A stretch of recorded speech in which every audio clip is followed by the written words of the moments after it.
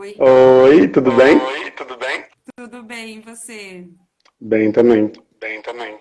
Tá me Ai, que bom que escutando? deu Tá me certo. escutando? Você tá me ouvindo? Eu tô, e você? Eu tô, só que eu tô com um Eu tô, retorno só que eu tô meu. com um retorno meu. Você tá com retorno seu? É, Deixa eu ver se com o meu fone se melhora.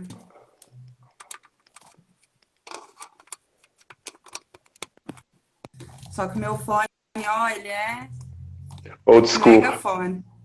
E agora? Eu acho que agora foi. Foi. Tá me Foi? ouvindo? Tô te ouvindo. Então tá. Beleza. Vamos esperar uns 3 minutinhos. Os pessoal Vamos. vai entrando e a gente já começa. Uhum.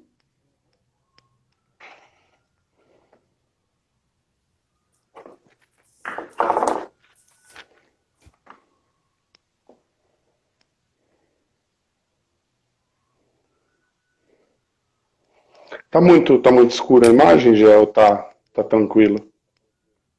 Iluminação. É mais ou menos, não tá escuro, mas não tá É, tão claro. é porque eu consegui fazer uma, uma gambiarra aqui, peguei um rolo de fita larga. Não tava conseguindo segurar, eu não tenho suporte para celular. Até ontem eu fiz gambiarra também. Eu colocava livro e depois eu apoiava. Agora eu tenho um suporte. Não, Tô mas com eu as acho mãos que livres. é porque é que eu não tenho onde colocar. Ah, senão daria uma iluminação melhor. Mas tá Não, mas bom, dá acho que pra ver tá. tranquilo. Então, beleza. Sim, tá tranquilo.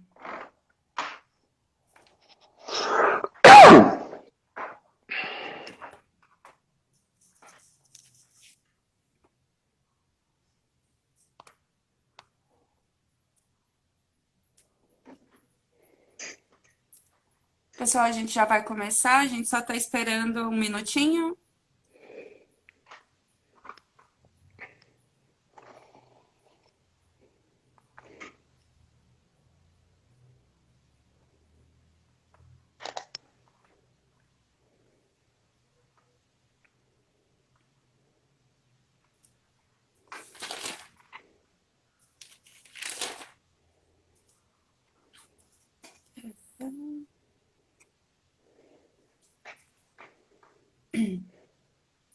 Léo, quer começando? O pessoal que chega pega a nossa apresentação. Acho que Pode pode ser, ser? né? A gente só tem uma hora mesmo, Aham. Isso, é isso que eu fico preocupada. Aí já foram cinco né? minutinhos, Sim, né? sim. Até mesmo Então tá pelo bom. fato da gente fluir o assunto, né? Isso, e o pessoal interagindo, a gente poder conversar mais pro final da live também com Sim, o sim. pessoal e tal, que for perguntando. Então, beleza, Léo. Primeiro, é um prazer estar conversando com você na frente de todo mundo. A gente já conversa, a gente já é próximo, a gente já é camarada, né? A gente milita no mesmo espaço, tem convicções de vida muito parecidas, né? A gente, assim como inimigos em comum, pensando aí no governo Bolsonaro como um todo, né? Com Então certeza. é um prazer poder estar aqui conversando com você. Eu queria que você se apresentasse primeiro, que você falasse um pouquinho quem que é o Léo, né? E o porquê, Léo, o porquê que esse tema te é tão caro, assim, por que te chama atenção? Bom, primeiramente eu que agradeço o convite, você, do coletivo, do Juntas. É sempre um prazer estar trocando essa ideia, né? Independente seja aqui em casa, né? Ou se for no Vasco, ou na rua, ou na mesa do boteco. Bom, eu tenho 28 anos, sou percussionista iniciante, sou daqui de São José do Rio Preto mesmo, sou sambista, tô sempre aí, sempre que tem uma roda de samba, a gente está envolvido, né? Já faz um tempo já que eu tenho algum envolvimento já com a área cultural em Rio Preto, né? Não diretamente, mas sempre que possível a gente está envolvido em algum festival, nos centros culturais, né, no Vasco em si, e outros centros sociais também espalhados pela cidade. Atualmente estou desempregado, né, por conta aí também da pandemia, e enfim, né, eu acho que esse pensamento, né, de pensar a política e as mulheres na política, né, em si, já tem algum tempo já que me chama atenção, né? Antes mesmo de me envolver diretamente com a política, de me tornar um militante do PSOL, eu já vinha pensando quanto às questões de masculinidade tóxica, feminismo, né? E depois que eu entrei pro movimento partidário, eu vi que não tem como falar de uma coisa sem abordar a outra, né? Não tem como você falar de políticas sociais, principalmente no atual momento que nós estamos no país, sem falar de políticas para as mulheres, enfim, né? Políticas sociais envolvendo as mulheres. E isso, depois que eu entrei, fortaleceu bastante, né? Tenho, sim, um pensamento já de luta, né? Um pensamento já crítico pessoal mesmo meu para tentar mudar, né? Essa realidade do meu machismo em si, das minhas atitudes. E, enfim, aí acabou só fortalecendo mais, né? Então é nesse sentido. Eu acho que o movimento partidário veio só para acabar de complementar muita coisa que acho que falta ainda para eu mudar e estar sempre aprendendo, né? Eu acho que o básico em si, para mim, é isso. Tá sempre aprendendo. Acho que é o fundamental, né? A gente muitas vezes esquece disso com uma pretensa arrogância de que a gente já sabe o suficiente, né? E esquece desse papel fundamental da aprendizagem, que é troca, que não necessariamente é troca só de conhecimento, mas de experiências também, né? Que é Exato. exatamente o que a gente vai fazer aqui hoje, né? A gente vai trocar experiências. Não sou Uhum. eu detentora do conhecimento e nem você, mas a gente trocando. Sim. Bom, eu vou me apresentar também porque eu tô no Insta do Juntas, né? Então talvez tenha algumas pessoas que não me conheçam, não tô no meu. Meu nome é Jéssica, ao contrário do Léo, eu não tenho 28 anos. Tenho 33 já, mesmo com carinha de 28, mas eu tenho 33. Sou mãe de uma meninona que já vai fazer 12 anos, Lenita Marques. Sempre falo dela com muito orgulho, porque se eu sou a mulher que eu sou hoje, né? Que eu também tenho orgulho da mulher que eu sou hoje, é muito devido a ela. E sou militante do Juntas, com muito orgulho, do coletivo feminista Juntas. Sou militante do PSOL aqui em São José do Rio Preto. Sou militante também da corrente Movimento Esquerda Socialista, faz parte do PSOL e que constrói, uma das correntes que constrói o partido, né? E, e a gente está aqui.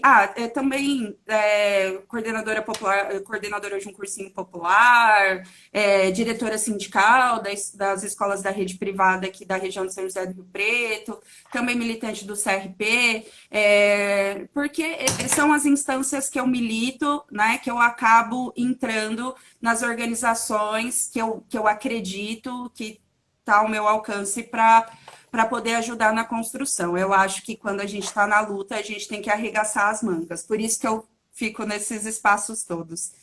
E aí, eu e o Léo, né, falando um pouquinho já da minha parte, a gente resolveu falar sobre esse tema. Num primeiro momento, pode falar assim, um homem e uma mulher falando sobre mulheres na política, tipo, por que não duas mulheres, né? Porque, na verdade, se a gente parte da premissa de que só nós mulheres, ou só os negros, ou só os indígenas, ou só a população LGBTQIA+, que pode conversar sobre as questões, né, que permeiam as mazelas dessa população, o sofrimento, a morte e tudo mais, a gente só fala entre os nossos iguais. A gente não entende de que forma o preconceito, os privilégios podem ser construídos nas pessoas que são os perpetradores dessa violência.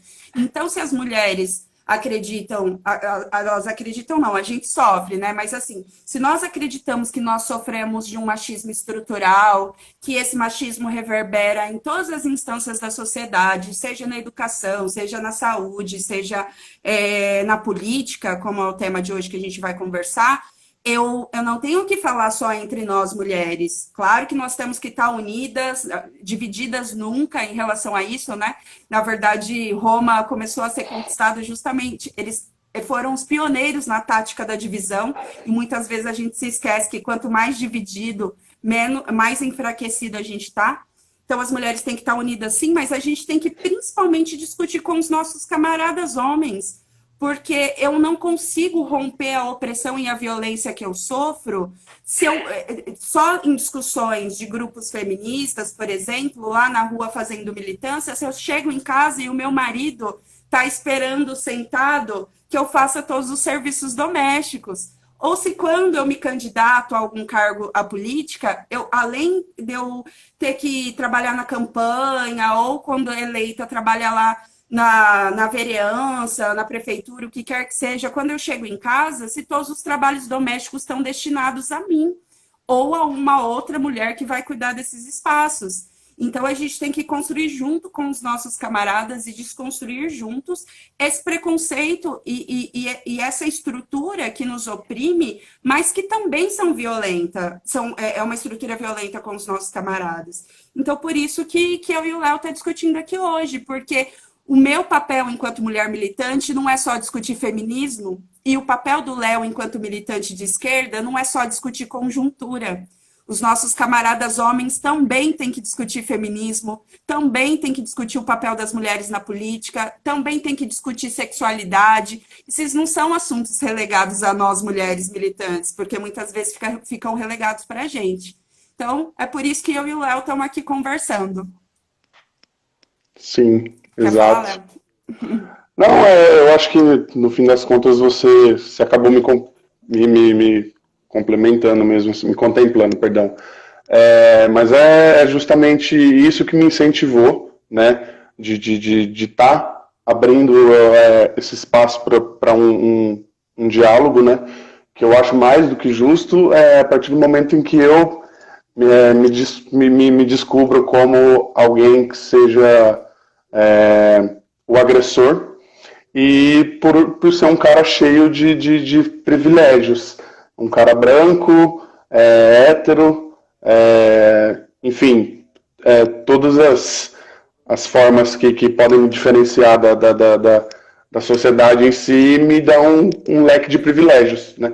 A partir do momento que eu percebo isso, e se eu quero uma estrutura que tenha suas mudanças, eu tenho que tá aberto à discussão, tá aberto a essa luta diária, que é o que eu sempre converso com o pessoal quando fala, entra, né, no assunto, seja de racismo, machismo,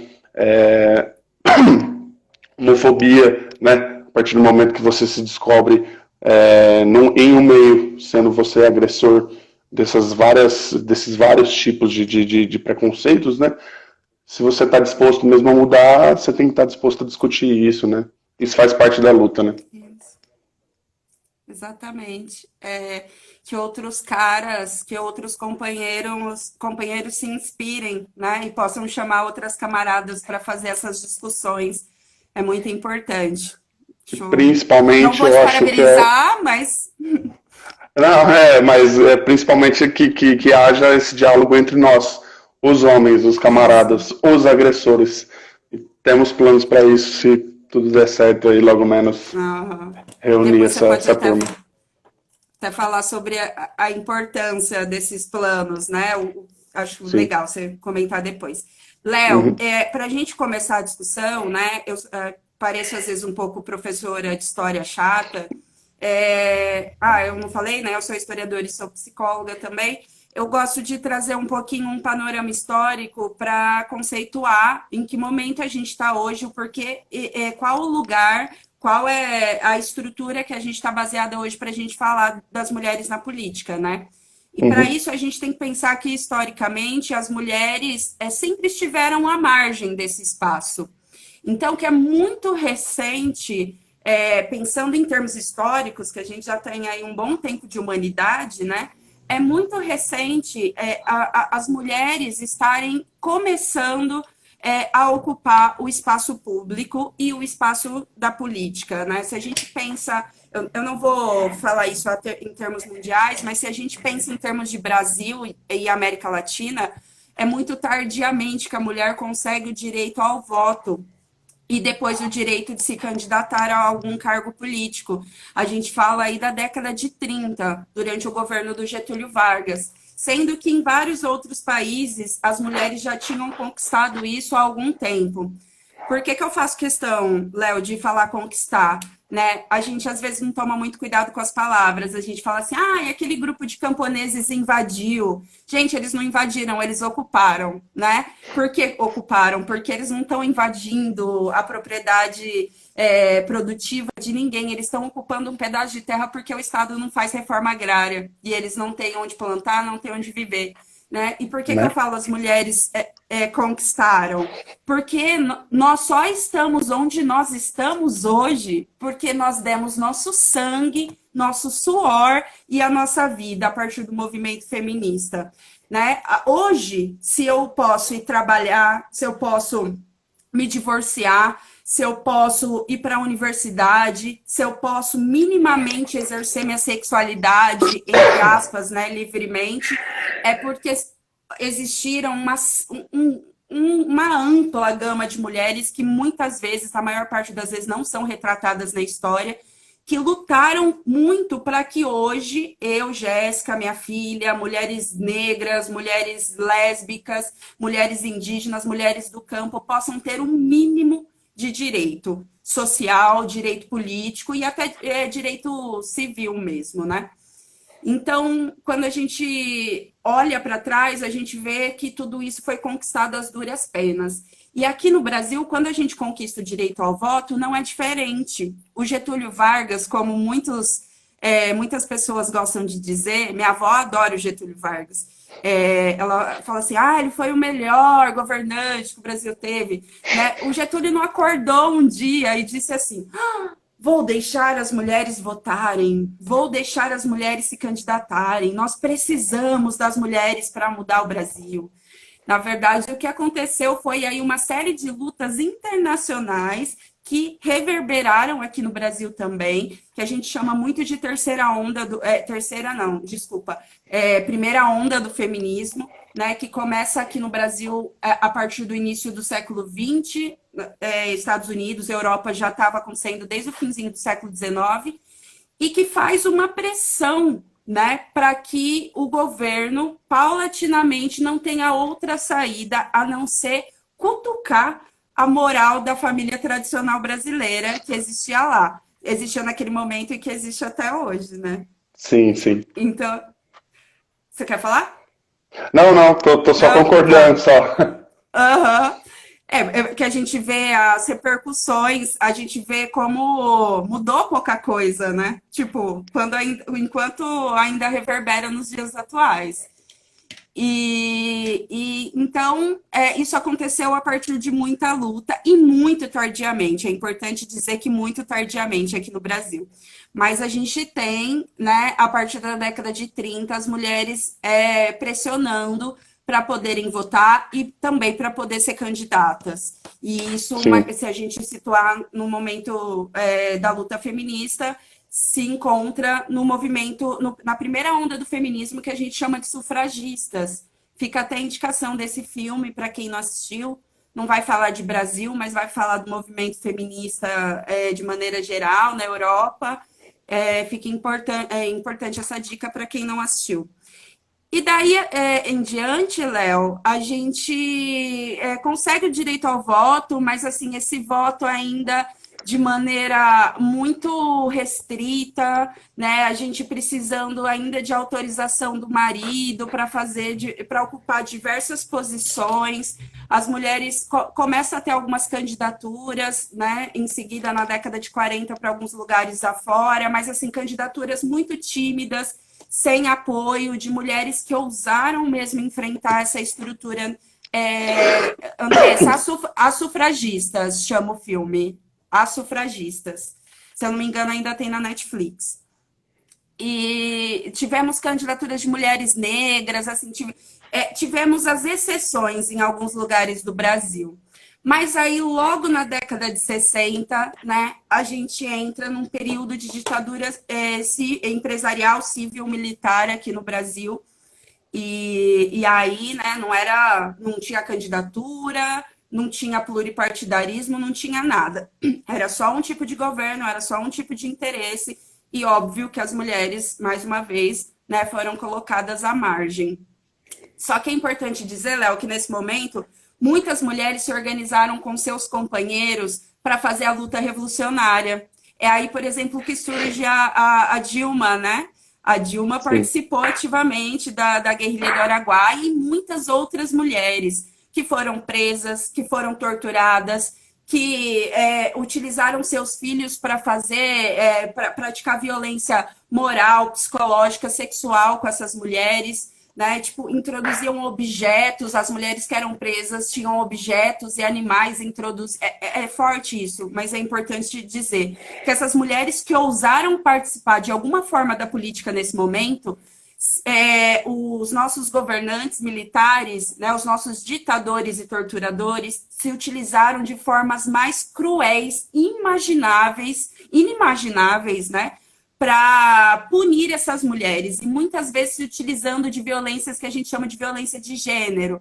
Então, estupro, né, assédio sexual, se utilizavam dos filhos para aproveitar da construção da maternidade. Então, pegava o bebê e falava assim, se você não delatar o seu companheiro, a gente vai cortar a perninha, né? Se você não fizer isso, a gente vai mandar seu filho não sei para onde. Então, essas mulheres foram torturadas, inclusive, em cima dos padrões e dos papéis de gênero que existiam naquela época, que existe até hoje. Mas, mesmo assim, essas mulheres ousaram se organizar nesse momento e fazer enfrentamento à ditadura, inclusive questionar o machismo dos nossos camaradas de esquerda que existia naquele momento e que existe até hoje, né? Sim. Depois, muito rápido, só para você falar já. Depois a gente passa aí 21 anos, né, nesse período de ditadura. E aí a gente vai para a abertura democrática no final da década de 80, e as mulheres feministas estão na luta, se organizando, pressionando pelos direitos femininos, pressionando para a participação da construção dessa democracia, né? E participam diretamente assim da abertura democrática, do voto, depois conseguindo mais para frente algumas secretarias que trabalhavam pelos direitos das mulheres. Isso foi acontecendo num número cada vez maior e se expandindo cada vez mais, até a gente começar a ver um número maior de mulheres ocupando cargos na política, né? Que eu acho que é mais ou menos aí que a gente chega hoje para a gente começar a conversar. Sim. Léo, pode falar. Então, eu falo demais, eu me empolgo. Dentro do script que a gente tinha feito, que eu tinha pesquisado justamente num âmbito nacional, né? No caso, as governadoras, enfim, deputadas. E não tem como você tentar falar sobre isso sem buscar lá no começo, né? Década de 30, dali para frente, foi tudo isso que você acabou de contemplar agora, né? Não tem como você querer falar da luta das mulheres, principalmente na época da ditadura, né?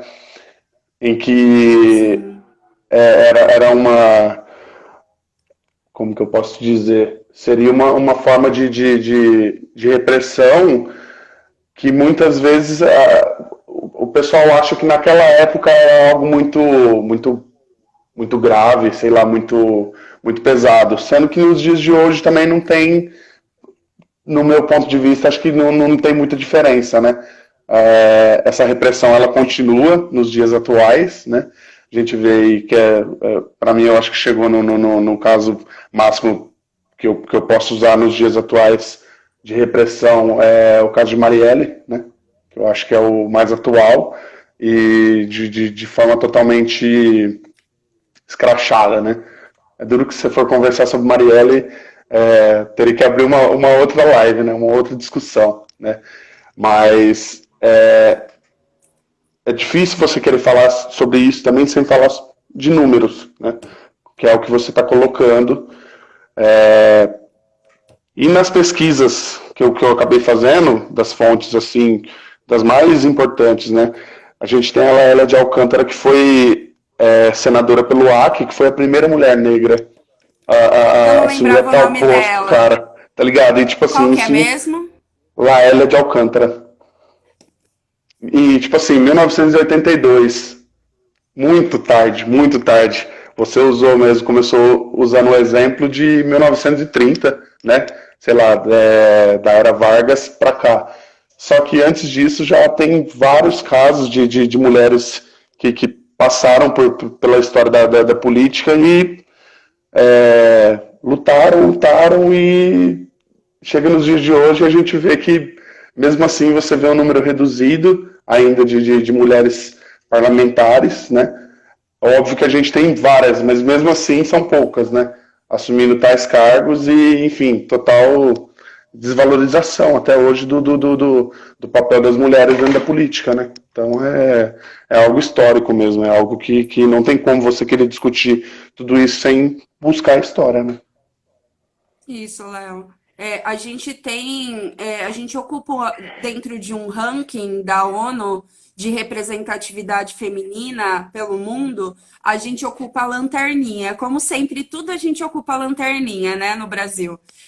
A gente ocupa, acho que eu não vou saber falar, centésima, mas centésima. Ai, gente, eu vou errar, eu sou péssima nisso, mas a gente ocupa a posição 150 e alguma coisa de 193 países de representatividade feminina, Léo. No geral, são 15% de mulheres que a gente tem no Congresso, no Senado. Tipo, no geralzão, é só 15% e a gente está falando de 2019, 2020, né? Essa pesquisa dessa última eleição. É um dos últimos países em proporção de mulheres que ocupam esses cargos públicos, políticos. Sim. E eu estava até assistindo, que a Bruna me passou um documentário para assistir. Eu assisti, depois dele acabou entrando automaticamente em um mini-doc do Quebrando o Tabu, que eu não lembro agora o Eu vi. nome. Acho que Eleitas, não é? isso, exatamente, o Eleitas. E mostra, e eu gostei muito assim, justamente por mostrar essa luta, essa luta política feminina aqui dentro da América Latina. E, tipo assim, no México foi praticamente Isso. uma revolução feminina, sabe? E mesmo tendo vários, tipo assim, tendo números de feminicídio entre as parlamentares muito grande, esses números, né? Então é algo assim que eu também fiquei de cara, sabe? Porque eu falei, pô, como é que ao mesmo tempo você consegue fazer uma revolução, né? Sendo um dos maiores exemplos da América Latina, só que não, de qualquer forma, você não deixa de pagar esse preço, né? E paga até hoje, né? Mas eu gostei demais, porque foi um doc feito por duas brasileiras, né? E elas Isso. mostrando, fazendo literalmente fazendo um tour pela América Latina, né? E então, tipo assim, aí essa questão também das mulheres indígenas também, né? Que igual você pega países como a Bolívia, como o Peru, são países que têm a tradição indígena, praticamente igual ao Brasil, né? Só que ainda, eu acho que os povos indígenas desses países ainda acabam sendo, em termos de número, eles ainda têm um número maior ainda, né? Até cultural, né? A cultura deles ainda predomina bastante e mesmo assim, mesmo sendo uma cultura maior, às vezes do que a gente acaba não escondendo aqui no Brasil, né? Mas por ser uma cultura que lá para eles seria mais normal, elas não deixam de sofrer uma repressão, né? Então, esses comparativos assim eu achei muito interessantes tratando daqui da América do Sul, cara. América Latina em si, Eu, né? eu acho que você trouxe uma problemática fundamental, Léo. Quando eu assisti ontem, para quem não assistiu, assista, chama Eleitas, tem 3 episódios. É, quando eu não fiz essa pergunta de maneira direta, mas agora que você fez, foi exatamente isso que me provocou uma reflexão. Para quem não sabe, como o Léo falou, no México, em 2019, as mulheres do parlamento, do Senado, né, depois passou para a Câmara e tal, para votação, conseguiram a aprovação da lei de paridade de gênero. Então, agora, em todas as instâncias políticas, Senado, Câmara, vereança, as mulheres vão ter que ser 50%. Então, foi o primeiro lugar na América Latina, né, que isso aconteceu. E o que o Léo trouxe é fundamental. Como eles conseguem fazer isso, né? Ter essa conseguir aprovar essa lei e tal, quase por unanimidade, e são um dos países que mais cometem feminicídio, né? São os países que mais têm violência contra a mulher, assim.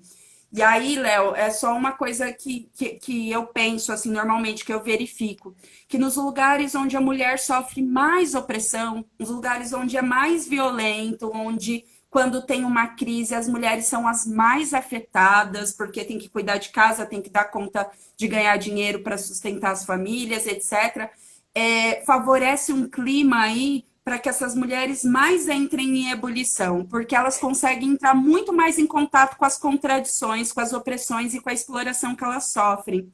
Então, eu penso mais ou menos por esse caminho. Claro que, então, Jéssica, tem que ferrar tudo para as pessoas se revoltarem.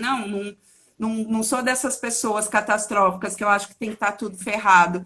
Mas eu percebo que os lugares onde as coisas são mais violentas, mais agressivas, as pessoas não têm o que perder, né? Essas mulheres, eu não tenho mais nada a perder. A gente tem que se movimentar, a gente tem que lutar por essas bandeiras e por aí vai, assim. Então, é fundamental essa reflexão que você fez. Então, eu achei justamente importante porque nas últimas discussões, né, com os últimos camaradas em si, o pessoal gosta muito de fazer, né, essas comparações de América, de continentes, né? Só que, historicamente, o continente latino-americano sempre foi um continente pobre, né? De políticas revolucionárias assim, árduas, né? O pessoal gosta de falar da Revolução Russa, enfim, as várias revoluções europeias. Porém, assim, historicamente, já somos um continente já de histórias muito sanguinárias, né? E é óbvio que isso vai refletir, de certa forma, não só na política, mas, enfim, na sociedade e, obviamente, nas questões de preconceito, de estruturas machistas, enfim, homofóbicas, de todas essas estruturas que acabam sendo geradas e, enfim, só crescendo mais com as mulheres, enfim, e todos os públicos que sofrem algum tipo de preconceito. E isso me chamou a atenção, né, justamente pela América Latina ser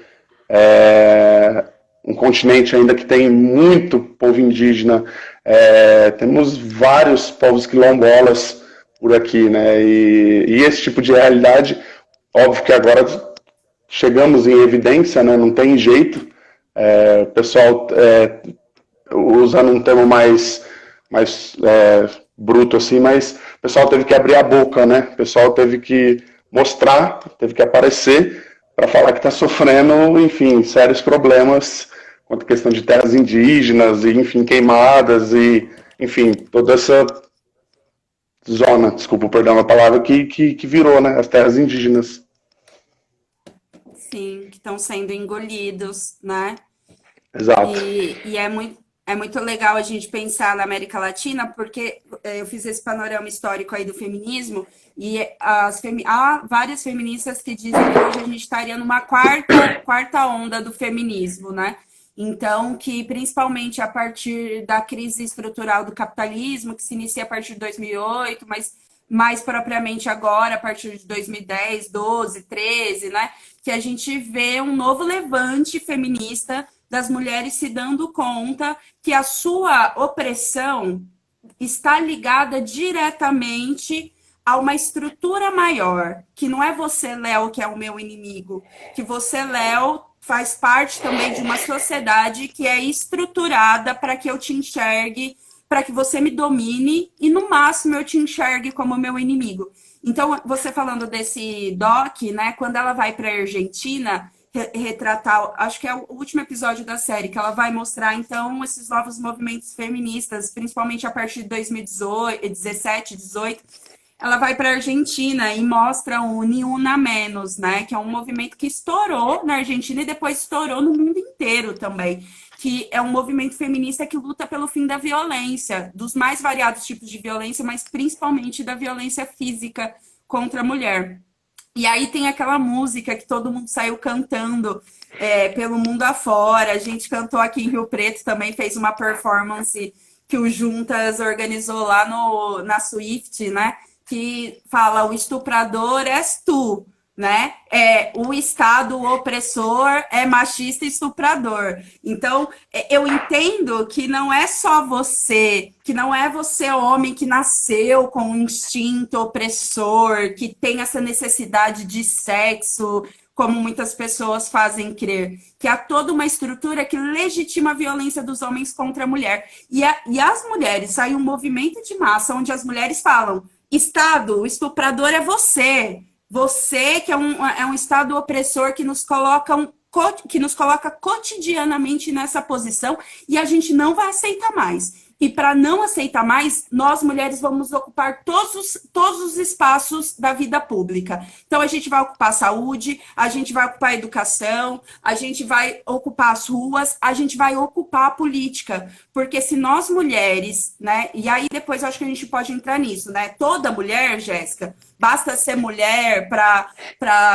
criar políticas que defendam os direitos das mulheres, né? Eu acho que não, depois a gente vai debater isso. Mas, assim, se nós mulheres que temos consciência dessa opressão e dessa exploração não ocuparmos esses espaços, não vão fazer pra gente porque são bonzinhos, porque entendem que, nossa, precisamos dar esses espaços para as mulheres.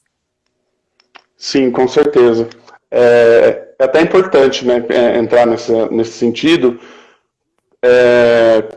porque o que eu achei interessante nessa manifestação na Argentina que em certo dado momento apenas as mulheres de mais de 40 anos começaram a se manifestar, né? E eu achei interessante justamente no sentido de a maioria, né? A maioria, pelo menos até onde eu acho, né? Que a maioria dos casos de estupro, né? Ocorre, me corrija por favor, ocorre justamente nas mulheres de uma faixa etária, sei lá, entre seus 17, 15 anos até, sei lá, os seus 30 e alguma coisa. Não sei se faz sentido. Mas no sentido, eu entendi, né, no meu entendimento, que justamente o abuso, né, o abuso sexual não necessariamente ele está envolvido somente com mulheres de uma idade mais nova, por ter aquela questão do homem de gostar sempre da novinha, enfim, né? Isso eu estou falando por estar no meio, né? Do cara gostar pela questão do corpo, da mulher ter aquele formato do corpo natural.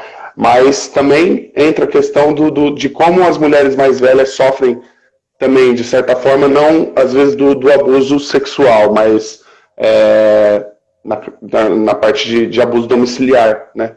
Que a gente usa muito o exemplo daquela mulher que já está, entre aspas, né, no fim da vida e o que você faz hoje? Hoje eu passo, eu lavo, eu tenho que cuidar da casa e às vezes deixou de viver uma vida, né? Deixou de fazer outras coisas por não ter essa liberdade e às vezes por ter justamente uma vida baseada em assédio, em violência dentro do próprio domicílio, né? Então, na minha cabeça meio que formou essa imagem também, né? As mulheres mais velhas já têm a sua carga também de violência há algum tempo, né? E também tem que abrir sua voz também e tem que ser escutadas, né? Isso. E o quanto foi espontâneo, né? O quanto todas as mulheres desde crianças até idosos, estavam ali e estavam integradas na luta, porque sentiam, passaram por aquilo ou passam por aquilo em algum momento. E aí você trouxe essa questão da violência, né, Léo? Acho que é sempre importante lembrar que as mulheres, elas sofrem os mais variados tipos de violência, não é só a sexual, a gente tem a violência física, a gente tem a violência psicológica, a gente tem a violência patrimonial, que é quando a mulher é expropriada, né, dos bens materiais que ela possui, desde um celular que o cara pega na mão e quebra por ciúme, até mesmo o salário dela.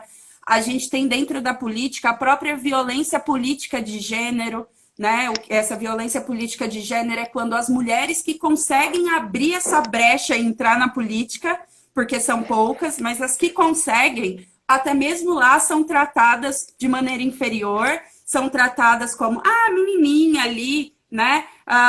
Você vai ficar com a parte de falar de mulher só. Né? Não que não seja importante, mas você, mulher, só fala sobre mulher. Ou então, depreciações dos mais variados tipos, como a gente viu ultimamente no governo Bolsonaro, né? Tipo, desde antes dele ser eleito, tipo, você não merece ser estuprada, ou então essa mulher não sabe o que está falando, ela é louca, entre outras coisas que a gente vê desde ataques diretos a parlamentares, que daí não necessariamente só o governo Bolsonaro, a gente pega o exemplo da Sâmia Bonfim, que é nossa deputada eleita e que diariamente, quando posta alguma coisa, tem várias pessoas comentando sobre o corpo dela, né? Chamando de gorda, falando que pegava, que não pegava. Então, até mesmo quando a gente, até mesmo não, principalmente quando a gente ousa ocupar esses espaços, o quanto nós somos mais cruelmente atacadas, porque estão nos dizendo assim, ó, o que você está fazendo aí? Sai daí que esse espaço não te pertence. Esse espaço é predominantemente hétero, branco, judaico, cristão, e hétero, cis, branco, né? E por aí vai. Esse espaço não te pertence. Se você tá aí, você não sabe o que falar. Você não tem. E aí, todos aqueles estereótipos históricos que foram nos colocando e que permanecem até os dias atuais, né? Sim, sim. Eu achei importante aquele vídeo que você me mandou do seu canal. E eu assisti ele agora, um pouquinho antes da gente começar o bate-papo. E aquela cena da Maria do Rosário, assim, né? É algo que me dá um certo desconforto, assim, sabe? Até hoje. Mas é difícil, né? Foda você querer falar desse cidadão aí que você tem que fazer uma outra live para falar especificamente dele, assim. Mas o que tem me chamado assim a atenção é essa mandata coletiva que a gente tem aqui no Brasil do pessoal, que é justamente essa questão de estamos aqui.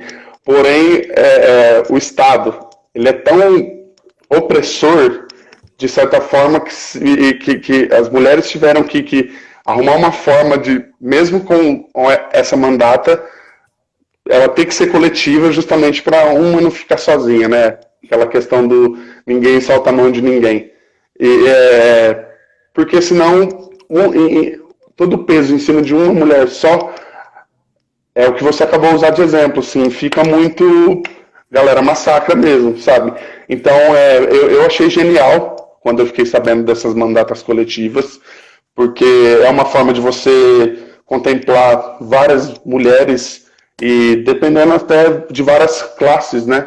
Seja uma mulher branca, uma mulher negra, seja uma trans, né? Mas você consegue contemplar, mesmo que sendo você tem que bater de frente, né? E para mim tem sido assim fantástico, sabe? Ver essa galera, Érica Malunguinho, enfim, uma porrada de mulheres ali. Nossa primeira mulher trans, né? Então, sem palavras, assim, orgulho, sabe? Então do pessoal. Pra caralho. Então, assim, eu acho, né, fantástico essa forma criativa de se criar um parlamento, né?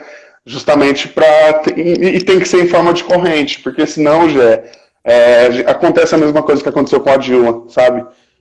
Tudo bem que foi uma jogada, um golpe totalmente estratégico montado, foi uma engenharia que se formou, né?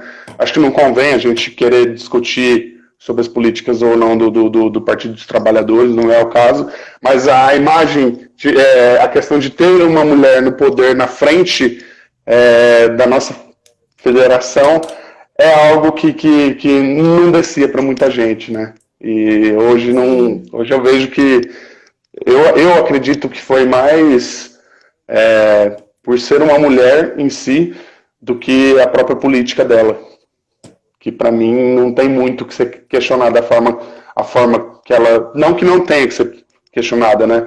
Mas foi mais por ser uma mulher do que a forma em si como ela governou, né? Eu acho, eu penso um pouquinho diferente, mas eu tenho, só para o que eu tenho de acordo, é que com certeza o fato dela ter sido mulher foi crucial para que a derrubassem das maneiras mais cruéis possíveis, né? Eu até comentei com você, desde adesivo que colocavam onde abre, né, para colocar gasolina, onde estava ela com as pernas abertas, até depreciações a partir desses estereótipos de gênero, foram, assim, se utilizaram disso da maneira mais cruel possível. O que a Dilma sofreu por ser uma mulher ocupando esse espaço público foi muito forte também. Aí a gente entra no mérito se foi só isso ou não, mas que isso é fato mesmo. Mas, Léo, uma coisa que você falou que eu gostaria de também... tipo, não é que eu discordo, mas que quando você fala assim, esses mandatos coletivos é uma forma muito criativa, eu penso, e não é, sabe por quê, Léo? E aí agora uma mulher falando para um homem, porque nós mulheres, a gente sempre teve que se unir historicamente e sempre teve que trabalhar em grupo para sobreviver. Tem um livro que eu estou terminando de ler, que chama Caliban e a Bruxa, que é o livro da Silvia Frederici, uma feminista marxista fantástica, que ela vai relatar aí as mulheres fazendo resistência nos mais variados momentos históricos para existir, para poder existir. Elas sempre tiveram em bando, elas sempre tinham códigos, simbologias que elas compartilhavam em grupo, elas sempre tiveram que unir as suas vozes para poder se fazer presente, porque sempre foi um sistema tão massacrante, tão destruidor da nossa subjetividade enquanto mulher, que a gente sempre precisou fazer isso. Então agora, pleno século XXI, 2020, desde 2018, a gente também, para sobreviver nesse espaço que nos destrói todos os dias, a gente também precisa estar juntas, né? Então, o quanto é inovador essa nova forma de fazer política, as mandatas, tem as gabinetonas também, né? Sim, não que fala no documentário. Quando eu digo assim, essa questão, eu digo que essa questão de ser criativo é justamente você sair fora do padrão parlamentar, entendeu? Isso. De ser uma representante. Quando eu digo sentido criativo seria isso, mas em momento algum assim eu quis dizer que não fosse algo já de resistência, porque as mulheres realmente, se não forem elas por elas e quem mais tiver a fim de querer agregar, não tem mais ninguém, né, que possa representá-las. Foi nesse sentido, mas não quis dizer assim que não seja um movimento de resistência de mulheres e mulheres, porque senão, caso contrário, ia ser só... Eu entendi. Por isso que eu disse, é criativo, mas assim, o quanto a gente está sendo criativa sempre, né? Porque realmente é criativo. Mas de que forma isso foi trazido mais um momento por necessidade de sobreviver, né? Por isso que foi só um adendo à sua fala, assim. Que isso é muito, muito importante. A gente vê as iniciativas das mulheres para estar nos espaços e sobreviver, assim, né? E essa parte que você falou, Léo, muito importante, assim, se não for elas por elas, e quem mais quiser estar junto, é exatamente isso, porque não devemos ser só nós por nós, né? A gente precisa dos nossos companheiros também disputando política para a gente lá, porque eles são 75%. Se a gente sozinho, os 15%, tentar falar lá, e aprovar projeto de lei, a gente não vai conseguir. Então, a gente precisa que os nossos camaradas entendam que nós, mulheres, precisamos de políticas específicas, não porque nós somos inferiores, mas porque a gente ainda sofre um preconceito histórico que repercute até hoje na nossa forma de existir. As mulheres negras, muito mais. As indígenas, então, nem se fale. As mulheres do campo também com as suas especificidades. Só que nós sozinhas a gente não, a gente cria resistência. Mas para a gente avançar, Léo, a gente precisa dar os braços aí com os nossos camaradas. Sim, a Lu colocou algo aqui que contempla bastante, assim, que antes de ser criativo é uma forma de resistir e de sobreviver. E o movimento feminista nada mais é do que... Nada mais é não, né? Mas é um movimento que nasceu justamente de resistência. Justamente por sofrer opressão, sofrer vários tipos de violência. Por isso nasce, né, o movimento feminista. Então, é algo, vamos dizer assim, que é simples de entender, só que é muito complexo, né? Porque as formas de violência, enfim, toda a logística que existe hoje dentro do machismo, enfim, suas várias vertentes, é totalmente complexo, né? E aí a gente volta um pouco, né, que é toda essa questão da estrutura, né? De como o homem vai nascer e de como essa forma essa estrutura vai, de certa forma, refletir dentro, seja da política, seja dentro do trabalho, seja dentro das escolas, né? Seja dentro dentro de casa, enfim, né? É um sistema mesmo, não tem jeito. É um sistema e... Um looping. Exato, e para quebrar esse sistema é totalmente difícil, complicado. Eu acho que não é impossível, mas ainda vai um bom tempo de luta, né? Isso, exatamente, Léo. Gente, se vocês tiverem perguntas, vocês vão colocando aí, que logo a live se encerra, a gente se empolgou, eu principalmente esqueci de falar isso.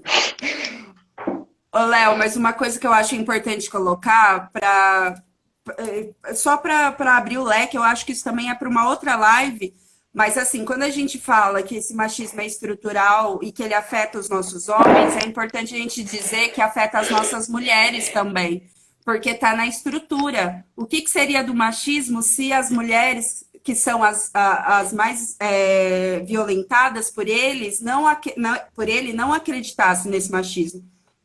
Então, quando a gente fala precisamos de mulheres na política, a gente precisa, óbvio que a gente precisa.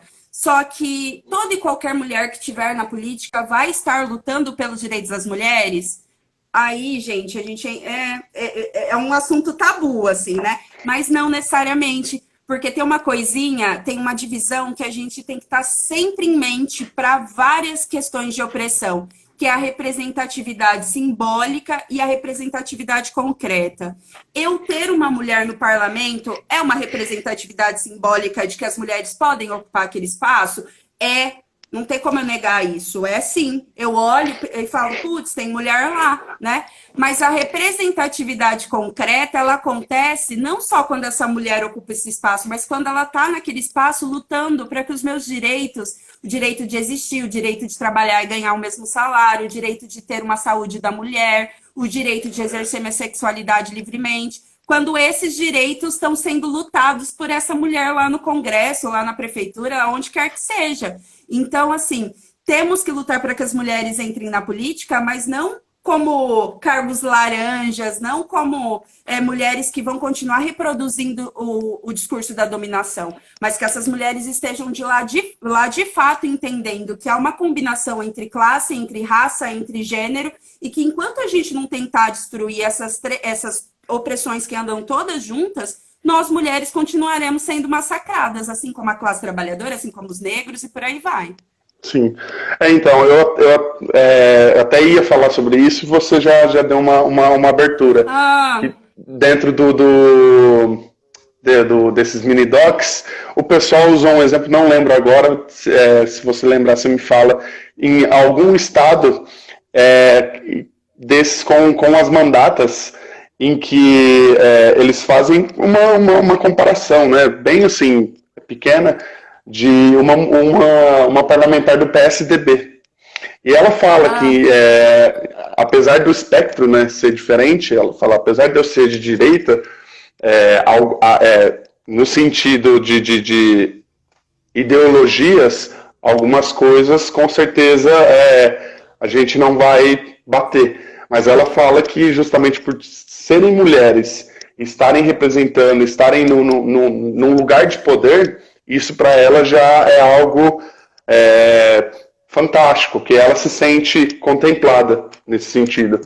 E aí você pega, sei lá, o exemplo da Damares hoje, que, enfim, né, que é frustrante, e às vezes eu fico pensando assim, como seriam as mulheres progressistas, sabe, no campo de esquerda hoje, qual que é o sentimento de ver uma Damares, sabe, lá hoje fazendo o que está fazendo, sabe?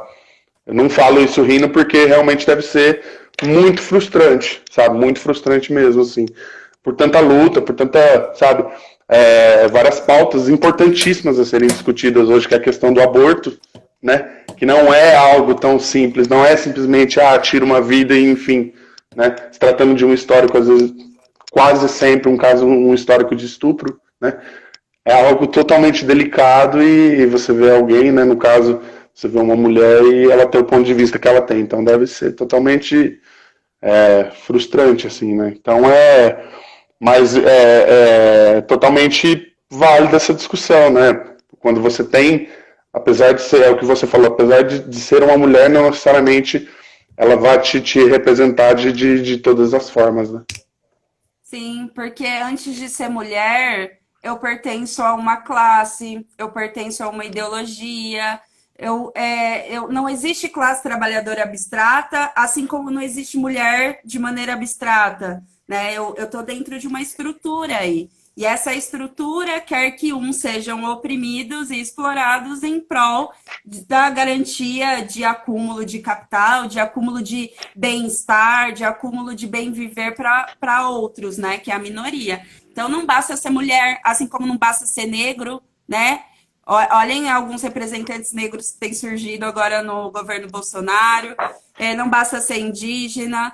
A gente precisa combinar esses setores com um discurso que realmente rompa, que pretenda romper com as opressões e com as explorações históricas que a gente vem sofrendo, né? Aí chega no dia 8 de março, você falou da Damares, aí vem o Bolsonaro dizer assim, eu não preciso de mais mulheres assumindo os cargos, né? Eu já tenho duas que cada uma vale por 10 homens, então 2 é suficiente.